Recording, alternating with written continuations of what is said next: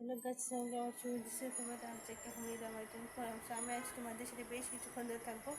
একটা গান নিয়ে এসেছি, সেটা হলো যাই কি ছেঁড়া বুকের পথে। গান গান শুনছে সময় সময় কেমন আছেন, দেখতে কেমন? এই তো আপু সার্চ দিয়ে দেখতে পারবা, সার্চ দাও তাহলে দেখতে পারবা আমার আইডি ছবিটা ওপেনই।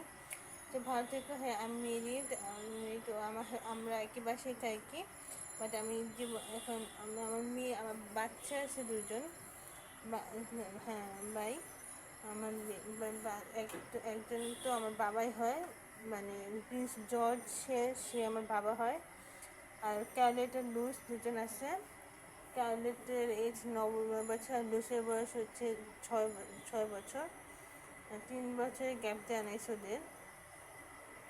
আমার হাজব্যান্ড ভালো আছে আলহামদুলিল্লাহ। আর সংসার আমায় টানতে হয়, এদের সংসার আমি টানতে দোয়া করো। আমার আব্বু সাহেব মাত্র 45 পয়সা, বুঝছো? হ্যাঁ, আমি এটা যে বিশেষ আলাপাক সবাইকে 600 কোটি টাকা দিন, সেই টাকা দিয়ে হচ্ছে যে খাবার দাবার প্রস্তুত করতে হয়, আর বাকিরা নিজে ইনকাম করতে চায় না। আমার মান্থলি ইনকাম হচ্ছে আর্জিং থেকে 50,000 টাকা, আর হচ্ছে যে নর্মালি ইনকাম, আর হচ্ছে আমার আব্বু স্যারের 20,000 টাকা।